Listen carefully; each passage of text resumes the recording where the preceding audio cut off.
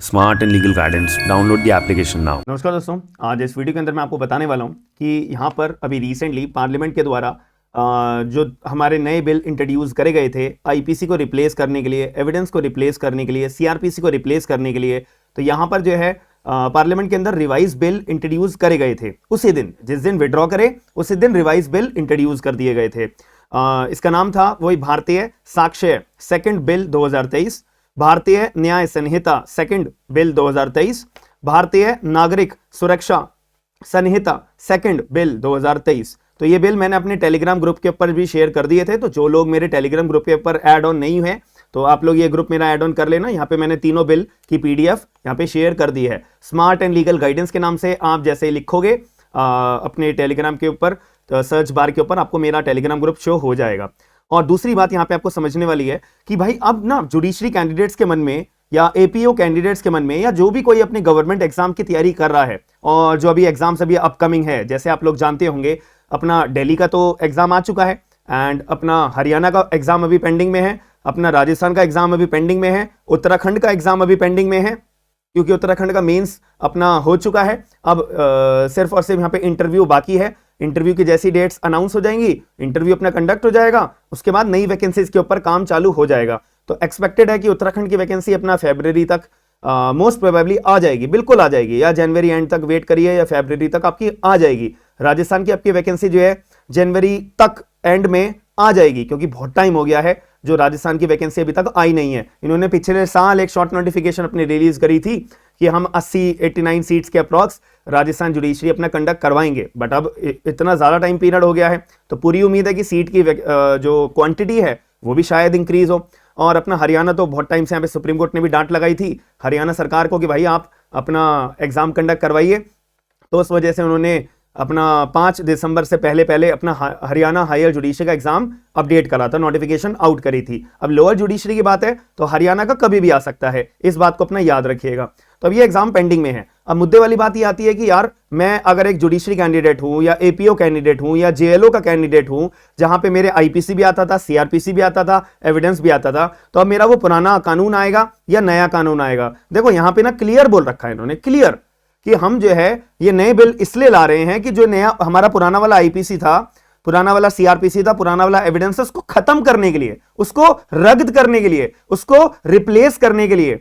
तो अब से जब ये कानून अपना देखो बिल में ना इंट्रोड्यूस हो चुके हैं और यहां पे बोला भी है कि 12 घंटे की यहां पे जो मेंबर ऑफ पार्लियामेंट्स हैं उनकी डिबेट चलेगी, उसके बाद इस बिल को हम पास करेंगे। और 100% पूरी उम्मीद है भाई, देखो बिल लाए गए हैं, अपना सेक्शन को हटाए गए हैं और यहाँ पे बिल इंट्रोड्यूस करे गए हैं। इतना टाइम डिवोट करा है पार्लियामेंट्री अपनी जो स्टैंडिंग कमेटी है उनके द्वारा जो सजेशन दिए गए थे कि भाई यहाँ पे सरकार को ये जो नए बिल है इसके अंदर ऐड ऑन करना चाहिए, वो ऐड ऑन करे। जब तो जो पहली बार इन्होंने अपना आईपीसी सीआरपीसी एविडेंस के जो नए बिल इन्होंने लाए थे अपना इसको विड्रॉ करा, जब तो उन्होंने सेकंड बिल इंट्रोड्यूस करे हैं। तो यानी कि पूरी 100% चांसेस है कि भाई ये जो है पक्का आपका जो ये बिल है नया आएगा, 100% आएगा। अब ये मान के चलिएगा। अब मुद्दे वाली बात ये आती है, मैं पुराना पढ़ूं नया पढ़ूं। मैंने बहुत पहले वीडियो भी बनाई थी जब ये नए बिल आए थे ना पहली बार, तो मैंने आपको तब भी यही बोला था कि आपको कंसेप्ट्स पे सबसे ज्यादा पहले अपना ध्यान देना है कि भाई मेरे सीआरपीसी में एक्चुअल में कंसेप्ट्स क्या क्या हैं, एविडेंस में क्या क्या कंसेप्ट्स हैं, आईपीसी में क्या क्या कंसेप्ट्स हैं, कि अगर कोई मर्डर होगा या कल्पेबल होमिसाइड होगा इसका डिफरेंस तो चेंज नहीं कर सकते ना। जो कानून में हमारे पुराने आईपीसी में लिखा होता वो इस कानून में लिखा होगा, बस पुराने वाले कानून में हमारा culpable homicide, murder, punishment of culpable homicide, punishment for murder और attempt to murder, attempt to culpable homicide, abetment to suicide, attempt to suicide, ये जो सारे अपने प्रोविजन से, इसके अंदर सेक्शन हमारे पहले 299 से 309 तक कवर होते थे। अब अगर मैं नया अपना भारतीय न्याय संहिता सेकंड बिल जो हमारा 2023 का आया है, जो कि पूरी उम्मीद है जिसको कानून बना दिया जाएगा, जिसको एक्ट में कन्वर्ट कर दिया जाएगा, तो अब इसके अंदर अगर हम पढ़ेंगे तो सेक्शन नंबर 100 हमारा कल्पेबल होमिसाइड आता है, 101 मर्डर आता है, फिर इसके बाद हमारे जो अदर सेक्शन थे तो वो हमारे लाइन से शुरू हो जाते हैं। तो 300 से हटा के, 299 से हटा के उसको 100 में हमें पढ़ना पड़ेगा। लेकिन मुद्दे वाली बात, डिफिकल्टी किस बच्चे को आएगी?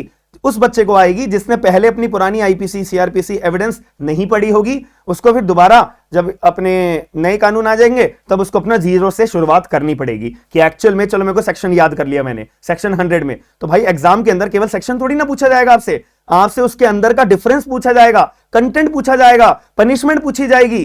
ठीक है, तो अगर किसी बच्चे ने अपना पहले से अपना सीआरपीसी आईपीसी एविडेंस तैयार करके रख दिया होगा, अपना कंसेप्ट पूरे के पूरे क्लियर करके रख दिए होंगे, अब अगर ये नए बिल आ भी गए, नए बिल का ये अपना कानून बन भी गया, क्या दिक्कत है इसमें? बट इसके अंदर बस दिक्कत ये आएगी आपको सेक्शन दोबारा याद करने पड़ेंगे। मेजर प्रॉब्लम आपको सेक्शन की याद करने की होगी। ये मैं भी मानता हूं कि एज अ टीचर के रूप में और एक कैंडिडेट के रूप में यहां पे एक बच्चे को बहुत डिफिकल्टी आएगी अपना सेक्शन याद करने में, और जिस बच्चे ने अपने नोट्स बना रखे होंगे उसको वहां पे अपना फॉर्मेशन करना पड़ेगा। ठीक है, तो कंसेप्ट वाले नोट्स होंगे तो कंसेप्ट में तो कोई डिफिकल्टी है नहीं, बस उसको अपना नोट्स जब प्रिपेयर कर रहे होंगे तो उसको सेक्शन पे खेल करना पड़ेगा। यहां पे सेक्शंस पे अपना ध्यान देना पड़ेगा कि जो चीज पहले 200 में थी वो चीज अब पता नहीं नए बिल में कहां पे आ गई है। ये डिफिकल्टी वाला टास्क रहेगा। और अगर मैं अदर प्रोफेशन की बात करूं, सीए की बात करूं, जो चार्टर्ड अकाउंटेंट के बच्चे अपनी तैयारी करते हैं, या कंपनी सेक्रेटरी की मैं बात करूं, जो कंपनी सेक्रेटरी का अपनी तैयारी करते हैं, आफ्टर ग्रेजुएशन का अपना आफ्टर 12th पास ही अपना कोर्स करते हो,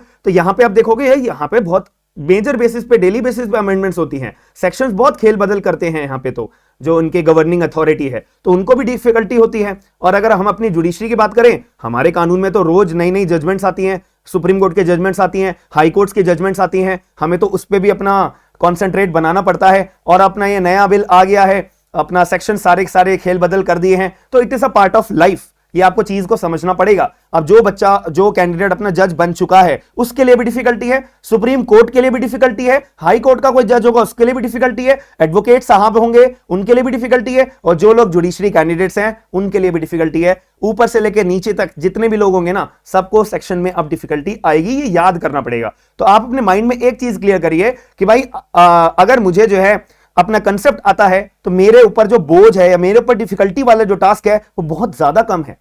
बस मेरे ऊपर टास्क क्या है, मुझे अपना परफॉर्म करना है, मेरे को अपने सेक्शन याद करने हैं केवल। और वैसे तो आप खुद भी अगर आईपीसी जो नया वाला भारतीय न्याय संहिता और भारतीय नागरिक सुरक्षा संहिता और भारतीय साक्ष्य संहिता, अगर ये तीनों कानून पढ़ोगे और अपना पुराने वाला आईपीसी सीआरपीसी एविडेंस पढ़ोगे, कुछ ज्यादा आपको मेजर चेंज कंसेप्ट के पॉइंट ऑफ व्यू से नहीं मिलेगा। याद रखिएगा, जैसे कि आपको पता होगा अगर आपने आईपीसी पढ़ी है तो 354A सेक्सुअल हरासमेंट, 354B अपना डिसरोब, 354C वॉयरिज्म, 354D अपना स्टॉकिंग का आता था। ठीक है, तो पहले 354 के अंदर ना पार्ट्स कर दिए थे, 354A B C D 2013 के अंदर ये एड ऑन करे गए थे। ठीक है, अब क्या करा है, आप अगर अपना नया वाला भारतीय न्याय संहिता पढ़ोगे, मेरे दिमाग से सेक्शन निकल रहा है क्योंकि मैंने कल रात को ही ये अपना एक्ट पढ़ा था, जो नया एक्ट आया है, तो इसके अंदर जो लाइन वाइज लिख दी है, जैसे मैं सेक्शन में गलत बोल रहा हूँ, तो जैसे 100 है तो पहले 100 में अपना 354 का अपना बता रखा है सेक्सुअल हरासमेंट अपना असॉल्ट करा जाता है या ग्रीवियस हर्ट करा जाता है for modesty of the women के लिए, तो वो 100, फिर 101 में 102 103 10 अलग से सेक्शन बना दिए, पार्ट्स में नहीं है, ए बी सी से हटाकर अब वो अलग से सेक्शन बना दिए लाइन वाइज। तो ये चेंज करा है, तो ये सेक्शन याद करने में बहुत ज्यादा डिफिकल्टी होगी। जैसे आप लोग मेरे को भी देख रहे होंगे, अभी मेरे को भी अपना सेक्शन, मेरे को अभी तक तो याद था लेकिन जस्ट मेरे दिमाग से स्किप हो गया। तो मैं ये मानता हूं सेक्शन याद करने में डिफिकल्टी होगी, लेकिन आपको अगर कंसेप्ट याद है अपना, कंसेप्ट में कभी भी डिफिकल्टी नहीं होगी। जो 354A में लिखा होता वही उन सेक्शंस में लिखा हुआ है, पूरा कंटेंट सेम है। जजमेंट भी आपको सुप्रीम कोर्ट के वही याद करने हैं, पुराने वाले, याद रखिएगा मेरी बात को।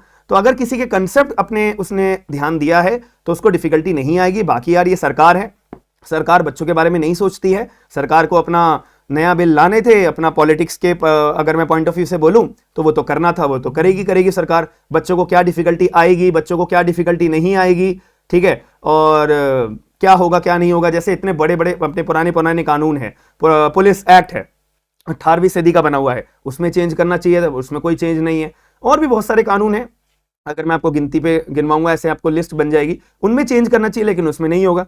बट ये सरकार का पॉइंट ऑफ व्यू, अपना पॉलिटिकल अपना एक इम्पैक्ट है पॉलिटिक्स के लिए कि हम जो है नया अपना आईपीसी, नया सीआरपीसी, नया एविडेंस लाएं, बट इसका सीधा तौर पे अपना नाम चेंज करने का तो भाई आप वैसे भी चेंज कर सकते थे। अगर कोई अमेंडमेंट करने की बात थी तो ऐड ऑन करने की बात थी, आप वैसे भी अमेंडमेंट करके नाम ऐड ऑन कर सकते थे। कोई दिक्कत वाली बात नहीं थी, बहुत इजीली काम हो जाता। बच्चे अगर मैं बात करूं बच्चों के पर्सपेक्टिव से, जजेस के पर्सपेक्टिव पे, एडवोकेट्स के पर्सपेक्टिव में, और जो एस्पिरेंट्स हैं उनके पर्सपेक्टिव में, उनके ऊपर ज्यादा बर्डन नहीं पड़ता।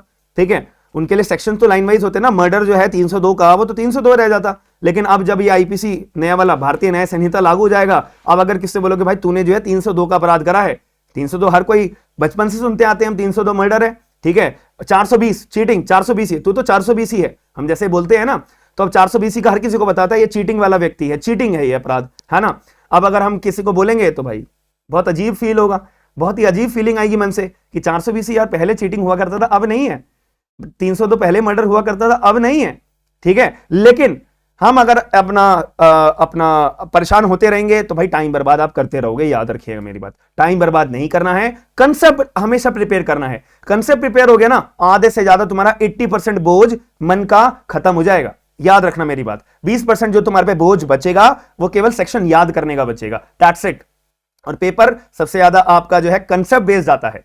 आप दिल्ली का पेपर उठा के देख लो, अपना हरियाणा का पेपर देख लो, उत्तराखंड का पेपर देख लो, राजस्थान का पेपर देख लो, सेक्शन बेस्ड क्वेश्चन भी आते हैं, मैं एग्री करता हूं। बट मैंने कहा रेशो क्या है, 80% और 20% की रेशो बनाई है यहाँ पे। 80% कंसेप्ट अगर आपको आता नहीं है तो यार कौन जज बनाएगा आपको, कौन एपीओ की नौकरी देगा? सीधी सी बात है, जब आपको मतलब ही नहीं पता है कि एक्चुअली अंदर लिखा क्या है इसके। तो इसीलिए कंसेप्ट सबसे पहले तैयार करो, सेक्शंस अपना जो भी पुराने हैं उनको याद करते रहो जब तक अपना जो है कानून ये लागू नहीं होता है, क्योंकि 20% का टारगेट आपका सेक्शन बेस्ड है, 80% टारगेट आपका कंसेप्ट बेस्ड है। क्योंकि अगर कंसेप्ट मेंस में देख लो सारे कंसेप्ट बेस्ड आते हैं, एक भी क्वेश्चन बता दो कि अच्छा बताना जरा मर्डर कौन से सेक्शन में लिखा है, लिखो जरा मेंस में, क्या ये क्वेश्चन पूछेंगे आपसे जुडिशरी लेवल के ऊपर, बताओ जरा।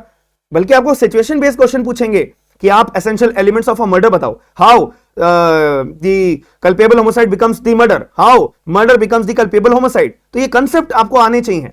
अगर आपके कंसेप्ट स्ट्रांग होंगे तो आपको कोई मात नहीं दे सकेगा, याद रखिएगा। और मेरा आप लोग स्मार्ट एंड लीगल गाइडेंस के नाम से एप्लीकेशन डाउनलोड कर लीजिए, और 26 अपना दिसंबर 2023 से हर शाम को 6 बजे डेली बेसिस पे क्लासेस हमारी चलेंगी सीआरपीसी की। कुछ टाइम में आज रात तक जो है ये कोर्स अपडेट हो जाएगा एप्लीकेशन के ऊपर, तो थोड़ा सा आप वेट करिएगा। 26 दिसंबर 2023 से हमारा नया बैच लॉन्च हो रहा है, जिसमें हम सीआरपीसी को पढ़ेंगे एंड अपने कंसेप्ट को सबसे ज्यादा स्ट्रांग करेंगे। अगर कंसेप्ट स्ट्रांग हो गए हमारे को कोई मात नहीं दे पाएगा। हमारे को मेंस आंसर राइटिंग हमारी अच्छी खासी हो गई तो हम एक सब्जेक्ट के अंदर अपना मान के चलेंगे मास्टर बन चुके हैं। ऐसे ही मैंने आईपीसी का बच्चों को बहुत अच्छे से तैयारी कराई है, A to Z एक एक प्रोविजन बहुत डेप्थ में पढ़ाया था।